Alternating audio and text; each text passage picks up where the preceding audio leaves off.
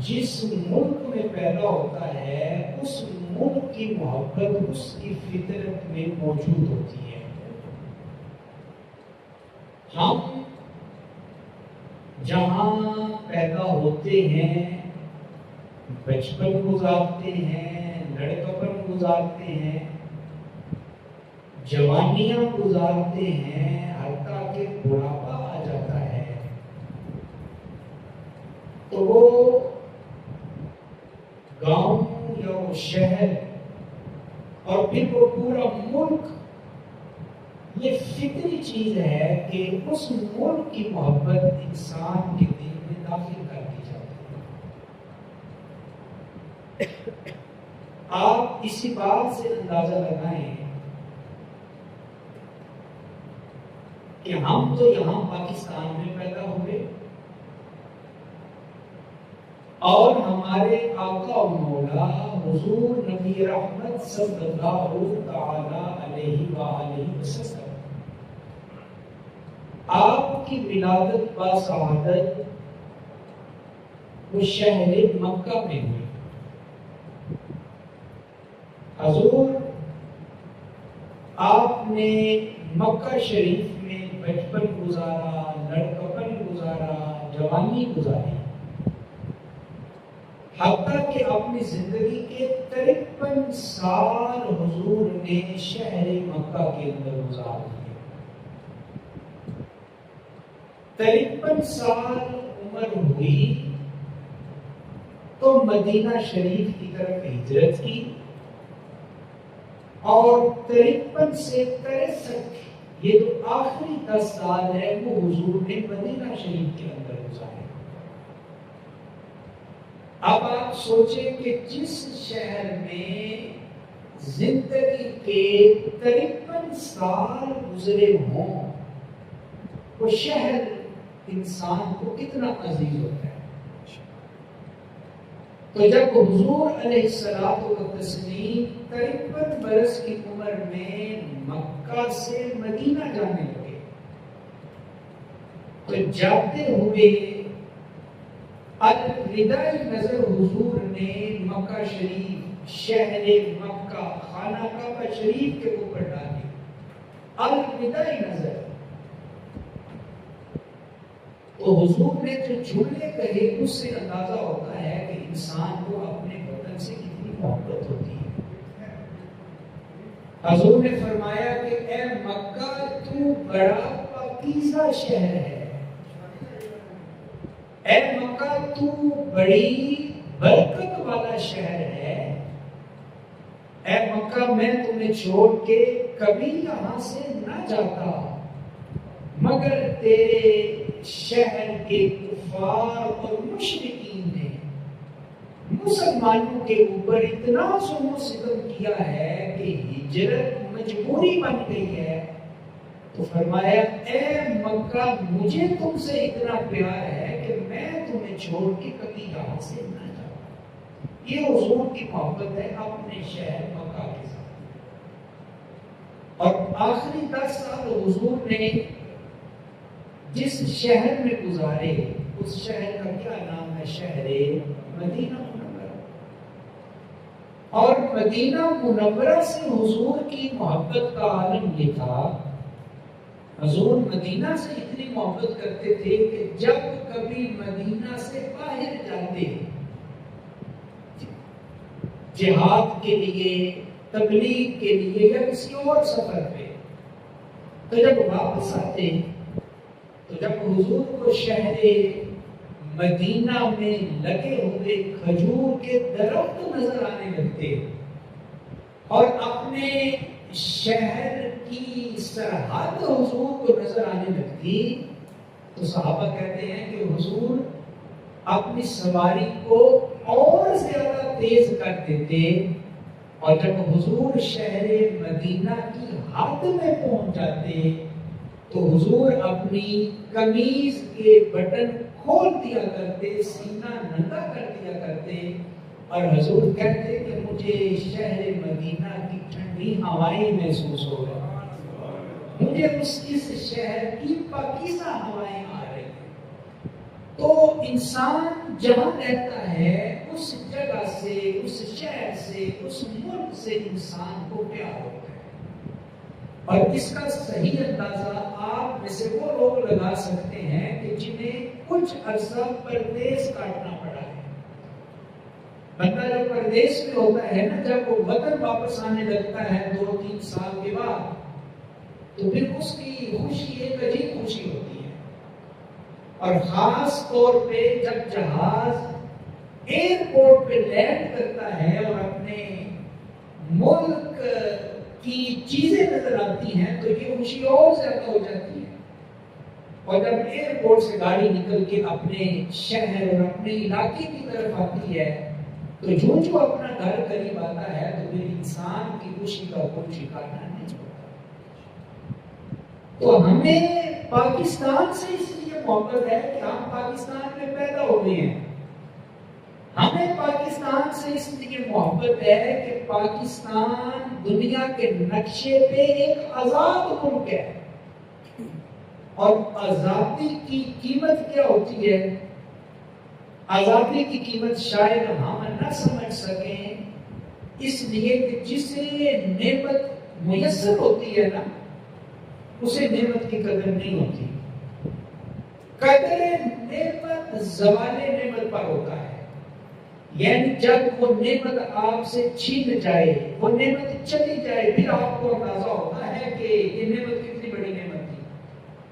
باپ جب تک موجود ہو گھر میں اس کی وہ اہمیت نہیں ہوتی، اور جب اولاد اپنے ہاتھوں سے باپ کو قبرستان دفن کر کے آ جائے تو پھر قدم قدم پہ محسوس ہوتا ہے کہ باپ اللہ کی کتنی بڑی نعمت ہے۔ ماں گھر میں ہے، بچوں کو شاید اتنی قدر نہیں جتنی قدر ماں کا جنازہ پڑھنے کے بعد اولاد کو محسوس ہوتی ہے۔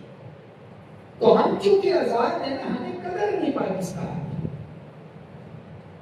کیا خیال ہے جو انسان صحت مند ہے، تندرست ہے، اسے اتنی قدر نہیں تندرستی کی جتنی ہاسپٹل کے اندر آئی سی یو میں لیٹے ہوئے ایک مریض کو صحت کی قدر ہوتی ہے۔ جوان بندے کو جوانی کی اتنی قدر نہیں جتنی ایک بوڑھے بندے کو جوانی کی قدر ہوتی ہے۔ آنکھوں سے جو نابینا ہے اس سے پوچھ کے دیکھو کہ آنکھیں رب کی کتنی بڑی نعمت ہے۔ جس کے ہاتھ نہیں کٹ گئے، پاؤں نہیں کٹ گئے، ذرا اس سے پوچھو نا ہاتھ کتنی بڑی نعمت ہے، پاؤں کتنی بڑی نعمت ہے، ٹانگیں اللہ کی کتنی بڑی نعمت ہے۔ تو ہم چونکہ آزاد پیدا ہوئے، ہمیں آزادی کی جنگ نہیں لڑنا پڑی، ہمارا خون نہیں بہا، ہمیں ہندو فوج کا سامنا نہیں کرنا پڑا، اس لیے ہمیں قدر نہیں پاکستان کی۔ قدر پوچھنی ہے تو ذرا پوچھ کے دیکھو کشمیر میں رہنے والے کشمیریوں سے کہ آزادی کتنی بڑی نعمت ہوتی ہے۔ قدر پوچھنی ہے تو فلسطین میں رہنے والے فلسطینیوں سے پوچھو کہ آزادی کتنی بڑی نعمت ہے۔ فلسطین کے اندر یہودی فوج نے کیا کچھ نہیں کیا، 1.5 سال کے عرصے میں انہوں نے پورے فلسطین کو قبرستان بنا دیا، مسجد شہید کر دی، سکول گرا دیے، ہاسپٹل گرا دیے، سڑکیں ادھیڑ کے رکھ دی، چھوٹے چھوٹے بچوں کو بم مار کے شہید کیا گیا۔ تو ان سے پوچھیں آزادی کتنی بڑی نعمت ہے۔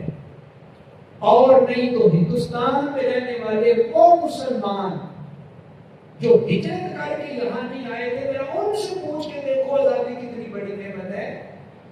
بڑی عید آتی ہے تو گائے ذبح نہیں کر سکتے، انڈیا کے ہندوؤں کو پتہ چل جائے نا فلانے محلے میں کسی نے گائے ذبح کی ہے تو وہ ایک دن پورے محلے کو وہ آگ جلا کے اس کو راکھ کر دیا کرتے ہیں۔ تو ہم آزاد ہیں، اگرچہ حالات ہمارے ملک کے ٹھیک نہیں، مہنگائی کو دیکھنے، بد امنی کو دیکھنے، بے روزگاری کو دیکھنے، سہولیات کو دیکھنے، حالات کوئی قابل تعریف نہیں، مگر ہم بات کر رہے ہیں آزادی کی۔ آزاد تو ہیں ہم، اپنی مرضی سے نماز پڑھتے ہیں، جمعہ پڑھتے ہیں، تلاوت کرتے ہیں، اپنی مرضی کے ساتھ ہم دین کے اوپر عمل کرتے ہیں، تو آزادی بہت بڑی نعمت ہے رب ذوالجلال کی۔ اور پھر یاد رکھیں، ہمارے بزرگوں نے کہ پاکستان بنایا تھا تو اس کے پیچھے کوئی مقصد تھا، پاکستان بنانے کی ایک حکمت تھی۔ آج کا نوجوان تو منہ میں باجا بجا کے وہ یہی سمجھتا ہے کہ یہ باجا بجانا ہی یہی قائد اعظم کی وہ کچھ کر رہا ہوں۔ آج جناب والا یہ موٹر سائیکلوں کے سائلنسر نکال کے آپ دیکھیے گا شام کے وقت، ہمارا تو چلو چھوٹا شہر ہے، سڑک کے حالات بھی آپ کے سامنے، جی پی روڈ، گجرانوالہ، بڑے شہر میں جا کے دیکھیں وہاں نوجوان کیا کیا بدتمیزی کا طوفان برپا کرتے ہیں۔ وہ سمجھتے ہیں کہ شاید ون ویلنگ کرنا یہ آزادی کا حق ہے، موٹر سائیکل کے سائلنسر نکال کے ریسیں لگانا یہ ہم آزادی منا رہے ہیں۔ یہ اس لیے قائد اعظم نے پاکستان بنا کے دیا تھا، یہ مقصد نہیں تھا پاکستان کا۔ پاکستان کا مقصد کیا تھا؟ اس لیے پاکستان بنایا گیا کہ یہاں ہم اللہ اور اللہ کے رسول کے حکم کے مطابق اپنی زندگیاں گزار سکیں۔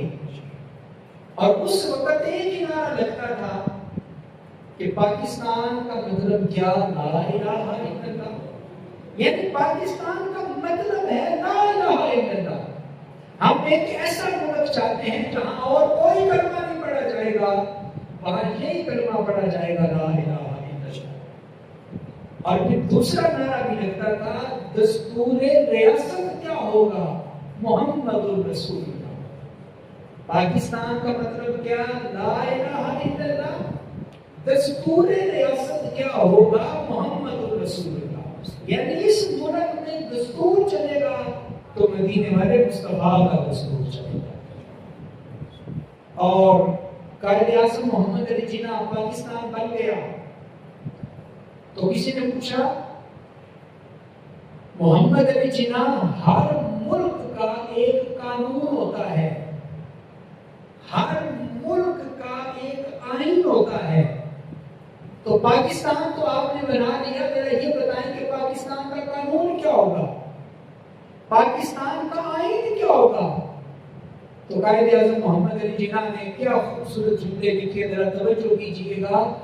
آپ نے کہا ہمیں کسی نئے قانون کو بنانے کی ضرورت نہیں، ہمیں کسی نئے آئین کو بنانے کی ضرورت نہیں۔ پوچھا پھر قانون کون سا ہوگا؟ فرمایا 1400 سال پہلے سچے رب نے سچے نبی کے دل کے اوپر قرآن کی صورت میں جو سچی کتاب نازل کی ہے، ہم قرآن کو اپنا قانون بنائیں گے، ہم قرآن کو اپنا دستور بنائیں گے، ہم قرآن کو اپنا آئین بنائیں گے۔ قرآن کے ہوتے ہوئے ہمیں کسی نئے قانون کی ضرورت نہیں ہے۔ اور پھر پاکستان کا آئین بنا، اس کے اندر یہ لکھا ہوا ہے کہ پاکستان کی حاکمیت اعلیٰ اللہ رب العزت کے پاس ہے۔ حاکمیت کا کیا مطلب ہے؟ حاکم، حاکم کسے کہتے ہیں؟ حکمران۔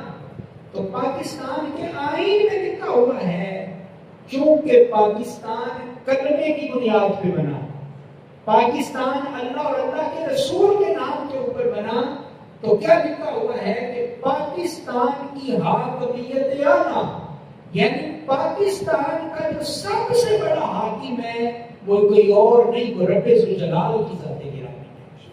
اور ہمارے آئین میں یہ بھی لکھا ہوا ہے کہ چونکہ پاکستان کلمے کی بنیاد پہ بنا ہے، لہذا پاکستان میں کوئی ایسا قانون نہیں بنایا جائے گا جو قرآن و سنت کے خلاف ہو، جو اللہ اور اللہ کے رسول کے حکم کے خلاف ہو، کوئی ایسا قانون نہیں بنایا جائے گا۔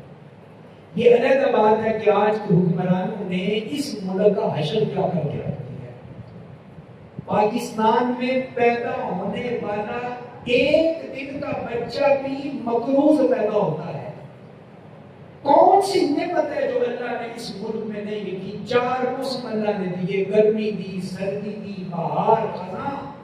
پہاڑ اس ملک میں، ریتلے علاقے اس ملک میں، زرخیز زمین اس ملک میں، دریا اس ملک میں، سمندر، ہر نعمت اللہ نے اس ملک میں دی ہے، مگر ہمیں یہ جو جعلی اور 10 نمبر حکمران میسر آ گئے ہیں، دعا کریں اللہ ان سب کو تباہ و برباد کر کے، خود یہ کک پتی سے لاکھ پتی بلکہ ارب پتی ہو گئے۔ اور پاکستان کی حالت کیا ہے؟ ہماری تو بجلی پوری نہیں ہو رہی، ہماری تو گیس پوری نہیں ہو رہی، ہمیں تو پینے کا صاف پانی میسر نہیں ہے۔ کیا حالت ہو گئی ہے پاکستان کی؟ وجہ یہ ہے کہ حکمرانوں کو پوچھنے والا کوئی نہیں، بلکہ حکمرانوں نے تو آئین میں درج کروا دیا ہے کہ پاکستان کے صدر کو استثناء حاصل ہے، پاکستان کا صدر جو مرضی کرتا رہے، اس کے خلاف وہ پرچہ ہی نہیں کر سکتا۔ پاکستان کا حکمران یہ کسی ہائی کورٹ میں، سول عدالت میں یا سپریم کورٹ میں پیش نہیں ہو سکتا، اس کو استثناء حاصل ہے۔ الامان بالحفیظ۔ اور حضرت ابو بکر صدیق رضی اللہ تعالیٰ عنہ آپ جب خلیفہ بنے تو جناب ابو بکر صدیق نے خطاب کیا، جس وقت خلیفہ بنے اس وقت خطاب کیا، بڑا لمبا چوڑا خطاب ہے، مگر اس کا ایک جملہ وہ میں آپ کی خدمت میں عرض کرنا چاہتا ہوں۔ جناب ابو بکر صدیق نے کیا کہا؟ حضرت سیدنا صدیق اکبر نے کہا کہ اے نبی پاک کے غلاموں، تم نے میری بیعت کی ہے، تم نے مجھے اپنا خلیفہ بنایا ہے، میں تمہارے ساتھ وعدہ کرتا ہوں کہ میں اللہ اور اللہ کے رسول کے حکم کے مطابق تمہیں لے کے چلوں گا، اور اگر تمہیں یہ محسوس ہو کہ ابو بکر قرآن کے الٹ چل رہے ہیں، ابو بکر حدیث کے الٹ چل رہے ہیں، اگر تم یہ دیکھو کہ ابو بکر نے اللہ کے حکم کے الٹ تمہیں کوئی حکم دے دیا ہے، یا جناب رسول اللہ کے حکم کے الٹ تمہیں کوئی حکم دے دیا ہے، تو حضرت ابو بکر نے کہا اسی وقت تم نے میری اصلاح کرنی ہے، اسی وقت تم نے مجھے ٹوکنا ہے، اسی وقت تم نے آ کے مجھے بتانا ہے کہ ابو بکر تم الٹے راستے کی طرف جا رہے ہو۔ یہ کون کہہ رہے ہیں؟ جناب ابو بکر صدیق کہہ رہے ہیں۔ اور جب حضرت فاروق اعظم آپ خلیفہ بنے تو آپ نے بھی یہ جملہ کہا جو ابو بکر صدیق نے کہا، اور جب آپ نے یہ جملہ کہا نا کہ اے لوگوں، اگر میں قرآن و سنت کے خلاف تمہیں حکم دوں تو تم نے میری اصلاح کرنی ہے، تو آپ کے سامنے ایک حبشی مسلمان بیٹھا ہوا تھا، توجہ کیجیے گا، ایک حبشی مسلمان، اس کے ہاتھ میں ایک چھڑی تھی، وہ کھڑا ہوا اور چھڑی حضرت عمر کی طرف کر کے کہنے لگا اے عمر یہ نہ سمجھنا کہ تم خلیفہ بن گئے ہو تو جو مرضی کرتے رہو، نہیں، اگر تم نے اللہ اور اللہ کے رسول کے حکم کے خلاف چلنا شروع کیا تو یہ حبشی مسلمان اپنی چھڑی کے ساتھ وقت کے خلیفہ عمر کو سیدھا کر کے رکھ دے گا، میں تمہیں اپنی چھڑی سے سیدھا کروں گا۔ یہ ہے خلافت راشدہ کا نظام، یہ ہے نبی پاک کے تربیت یافتہ خلفاء، یہ ہے ان کا نظام۔ اور ہمارے ملک کے حکمرانوں کی حالت کیا ہے؟ قانون صرف غریبوں کے لیے ہے، امیروں کے لیے کوئی قانون نہیں ہے اس ملک میں۔ عدالتیں صرف غریبوں کے لیے ہیں، امیروں کے لیے کوئی عدالت نہیں ہے اس ملک میں۔ اس ملک میں جس کی لاٹھی اسی کی بحث ہے، مگر ہم مایوس نہیں، ہم نا امید نہیں۔ یہ پاکستان کلمے کی بنیاد پہ بنا ہے، تو جس طرح کلمے کو زوال نہیں، اسی طرح انشاءاللہ ہمارا ایمان ہے پاکستان کو بھی زوال نہیں آئے گا۔ جس طرح کلمہ قیامت تک کے لیے ہے، دین قیامت تک کے لیے ہے، اسی طرح ہمارا ایمان ہے، اگرچہ حالات کمزور ہیں ملک کے، لیکن ہمارا ایمان ہے انشاءاللہ دین قیامت تک کے لیے ہے، تو پاکستان کا ملک بھی انشاءاللہ قیامت کے لیے، قیامت تک کے لیے رہنے کے لیے وجود میں آیا ہے انشاءاللہ۔ تو حضرات، پاکستان قائد اعظم محمد علی جناح نے بنایا تھا کیوں بنایا تھا کہ اس میں نظام مصطفیٰ کو نافذ کیا جائے؟ کیوں بنایا تھا نظام مصطفیٰ کا نفاذ اس ملک میں کیا جائے؟ اور اسے کہتے ہیں دو قومی نظریہ. دو قومی نظریہ انگلش میں کہتے ہیں ٹو نیشن تھیوری یا ٹو نیشن آئیڈیالوجی. دو قومی نظریہ. دو قومی نظریے کا کیا مطلب ہے؟ ہندو الگ قوم ہے اور مسلمان بولے الگ قوم ہے.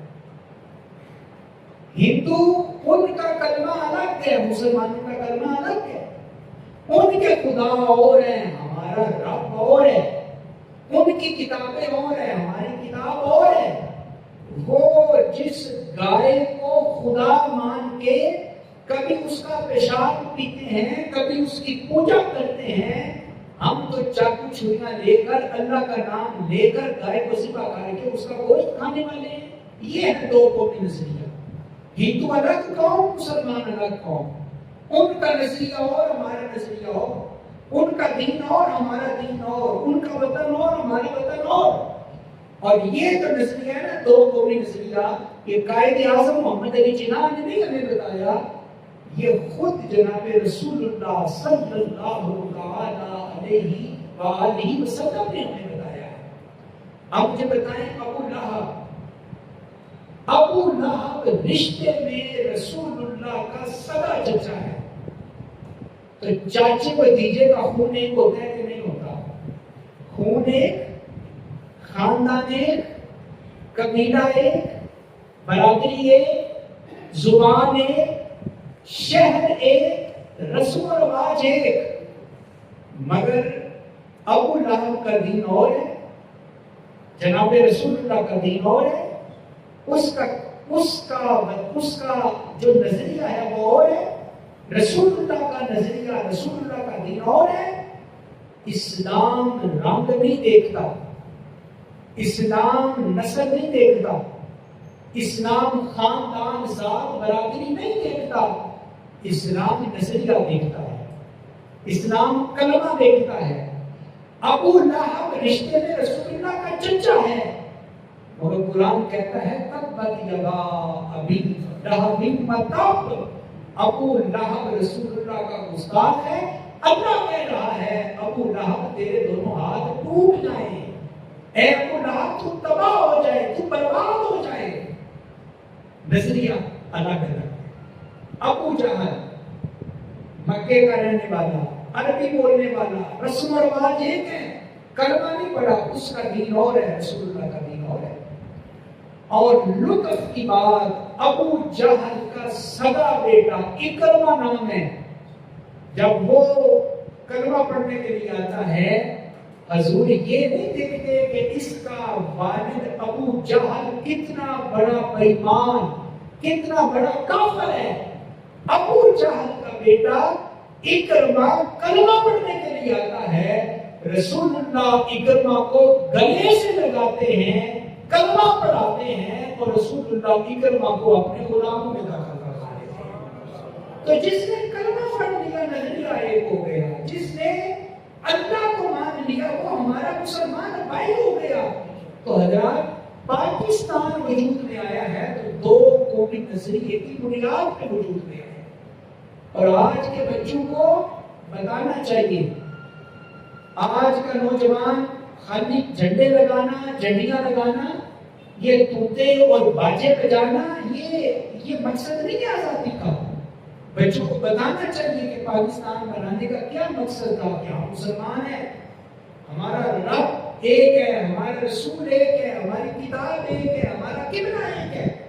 ہندوؤں کے ساتھ ہم زندگی نہیں گزار سکتے. اور اس کو سمجھنے کے لیے ایک واقعہ سنیں. قائد اعظم محمد علی جناح جب پاکستان کی تحریک چل رہی تھی، جنگ سے جلوس ہو رہے تھے، تو قائد اعظم محمد علی جناح نے ایک جلسے میں تقریر کی. آپ نے ایک جلسے میں تقریر کی پاکستان کے حق میں. جب تقریر ختم ہو گئی تو کیا ہوا؟ ایک ہندو صحافی کھڑا ہوا، اور ہندو صحافی کھڑا ہوا تو وہ کھڑا ہو کے کہنے لگا مسٹر جناح آپ کو پاکستان بنانے کی کیا ضرورت ہے؟ آپ کے باپ دادا اور ہمارے باپ دادا صدیوں سے ہندوستان میں اکٹھے رہ رہے ہیں، کبھی لڑائی نہیں ہوئی، کبھی جھگڑا نہیں ہوا۔ آپ کے اور ہمارے رنگ ایک ہے، زبان ایک ہے، کھانا پینا بھی تقریباً ایک ہے، رسم و رواج بھی ایک ہے، یہ ہمارا بدن ایک ہے، ہماری اجناس ایک ہے، ہمارے پھل ایک ہے، زبانیں ایک ہیں، تو آپ ہندوستان کا بٹوارا کیوں چاہتے ہیں؟ توجہ کیجیے گا، یہ واقعہ سمجھ آ گیا تو پوری آزادی پاکستان کی تحریک کا فلسفہ آپ سمجھ جائیں گے۔ وہ ہندو صحافی کہنے لگا مسٹر جناح آپ ہندوستان کا بٹوارا کیوں چاہتے ہیں؟ ہم صدیوں سے اکٹھے رہ رہے ہیں، تو آپ اللہ کے وطن کا مطالبہ نہ کریں۔ اب قائد اعظم کو اللہ تعالیٰ نے بڑی حاضر جوابی عطا فرمائی، حاضر جواب تھے۔ آپ نے جگ دیا، گلاس میں پانی ڈالا، پانی اس گلاس میں بھر کے آپ نے 2 گھونٹ پانی پیے، اور پھر وہ بچا ہوا پانی اس ہندو صحافی سے کہا کہ یہ میرا بچا ہوا پانی تم پی لو، یہ میرا جھوٹا پانی تم پی لو۔ وہ ہندو صحافی 2 قدم پیچھے ہٹ گیا اور وہ کہنے لگا کہ اے جناب آپ کیسی باتیں کر رہے ہیں؟ آپ جانتے ہیں کہ ہندو مسلمان کا جھوٹا نہیں پیتا، آپ مسلم ہیں، میں ہندو ہوں، تو ہم ہندو مسلموں کے جھوٹے کو ناپاک سمجھتے ہیں، میں تمہارا جھوٹا پانی کیسے پی سکتا ہوں؟ اب یہ اس کا جواب سن کے قائد اعظم مسکرائے اور سمجھ گئے کہ تیر بالکل نشانے کے اوپر لگا ہے۔ اب آپ نے بالکل اس کے ساتھ ترکی سے آیا ہوا ایک ترکی مسلمان صحابی کو بھی موجود تھا، آپ نے وہ بچا ہوا پانی اس کو دیا کہ تم میرا پانی پی سکتے ہو۔ اس ترکی کے مسلمان نے بسم اللہ پڑھی، گلاس منہ سے لگایا، پورا گلاس خالی کر دیا۔ اب قائد اعظم اس ہندو سے مخاطب ہوئے اور کہنے لگے دیکھ تو کہہ رہا تھا ہمارا وطن ہے، ہمارا ملک ہے، ہماری زبان ہے، ہمارے رنگ ہے، ہماری کھانے پینے کی چیزیں ایک، تو آپ کیوں پاکستان بنانا چاہتے ہیں؟ دیکھ تو میرا جھوٹا پانی پینے کے لیے تیار نہیں ہوا۔ یہ ترکی کا مسلمان ہے، کہاں ترکی ہے کہاں ہندوستان ہے، اب اس کا رنگ بھی اور ہے، اس کی زبان بھی اور ہے، اس کے رسم و رواج بھی اور ہے، ان کی خوراک بھی اور ہے، مگر یہ میرا جھوٹا پانی پی چکا ہے۔ کیوں؟ اس لیے کہ جس مدینے والے مصطفیٰ کا میں نے کلمہ پڑھا ہے اسی آمنہ کے لال کا اس نے بھی کلمہ پڑھا ہے۔ تو اس کلمے میں ترکی کے مسلمان اور ہندوستان کے مسلمان کا نظریہ ایک کر دیا، سوچ ایک کر دی۔ تو اب مجھے بتا، ہم زندگی گزارنا چاہیں تو ہمارے لیے تم ہندوؤں کے ساتھ زندگی گزارنا سوکھا ہے یا ترکی والے مسلمانوں کے ساتھ زندگی گزارنا سوکھا ہے؟ تم تو ہمارا جھوٹا پانی پینے کے لیے تیار نہیں ہوتے۔ تو یہ ہے پاکستان کا فلسفہ، 2 قومی نظریہ، ہم اللہ کا قوم ہے، وہ اللہ کا قوم ہے، ان کا دین اور ہے، ہمارا دین اور ہے، ان کے خدا اور ہے۔ کیسی پاگل قوم ہے ہندوؤں کی، خود ہی اپنے ہاتھوں سے اپنے خداؤں کو بناتی ہے۔ یہ پلاسٹر کا خدا ہے، یہ مٹی کا خدا ہے، یہ لکڑی کا خدا ہے، یہ لوہے کا خدا ہے، یہ گارے کا خدا ہے، یہ پیتل کا خدا ہے، اور پھر یہ واحد ان کا خدا ہے جو بازاروں میں رلتا ہوا نظر آتا ہے، دکانوں میں بکتا ہوا نظر آتا ہے۔ یہ 5 روپے کا خدا ہے، یہ 10 روپے کا خدا ہے، یہ 50 روپے کا خدا ہے، یہ 20 روپے کا خدا ہے، اور ان کا خدا ان کے پیچھے رکھ دو وہ پیچھے جھک جائیں گے، دائیں طرف رکھ دو وہ دائیں طرف جھک جائیں گے، ان کے سامنے رکھ دو وہ سامنے جھک جائیں گے۔ مگر ہم مسلمان ہیں، ہمارا نظریہ اور ہے، ہمارا رب اور ہے، ہمارا دین اور ہے، ہمارا رسول اور ہے، ہمارا قبلہ اور ہے، ہم کسی اور کو سجدہ نہیں کرتے۔ یہ ہماری پیشانیاں جھکتی ہیں تو فقط رب العالمین کی بارگاہ میں جھکتی ہیں۔ ہم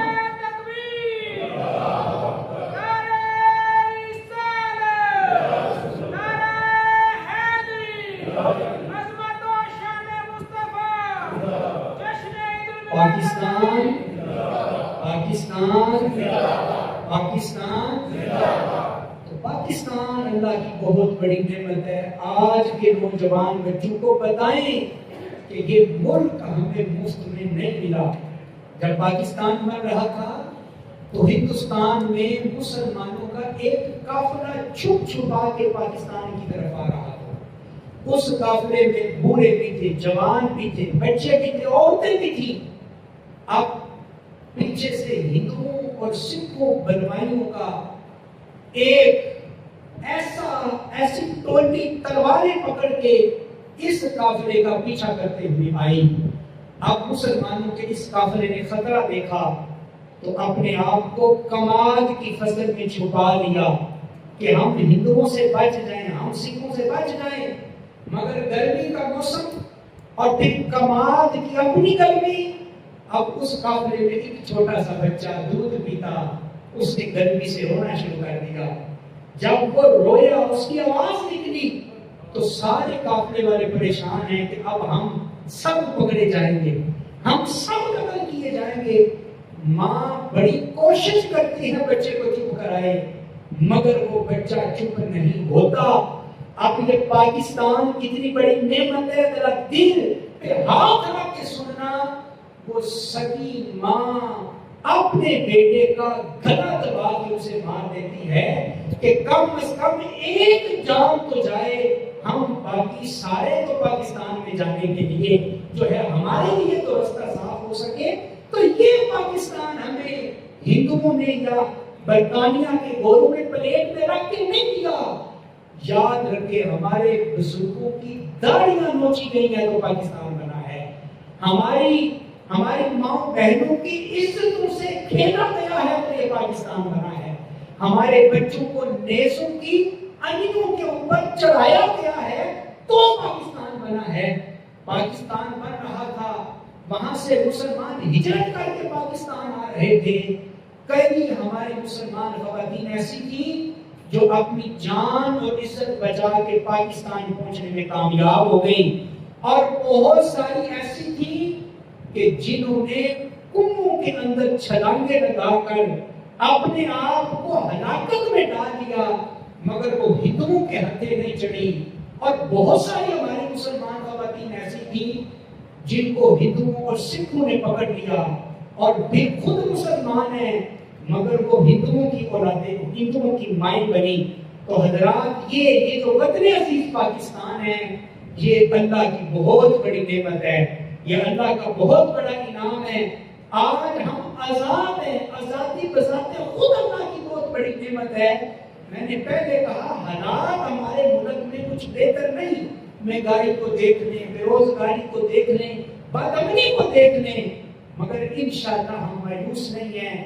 پاکستان نور ہے اور نور کو زوال نہیں ہے۔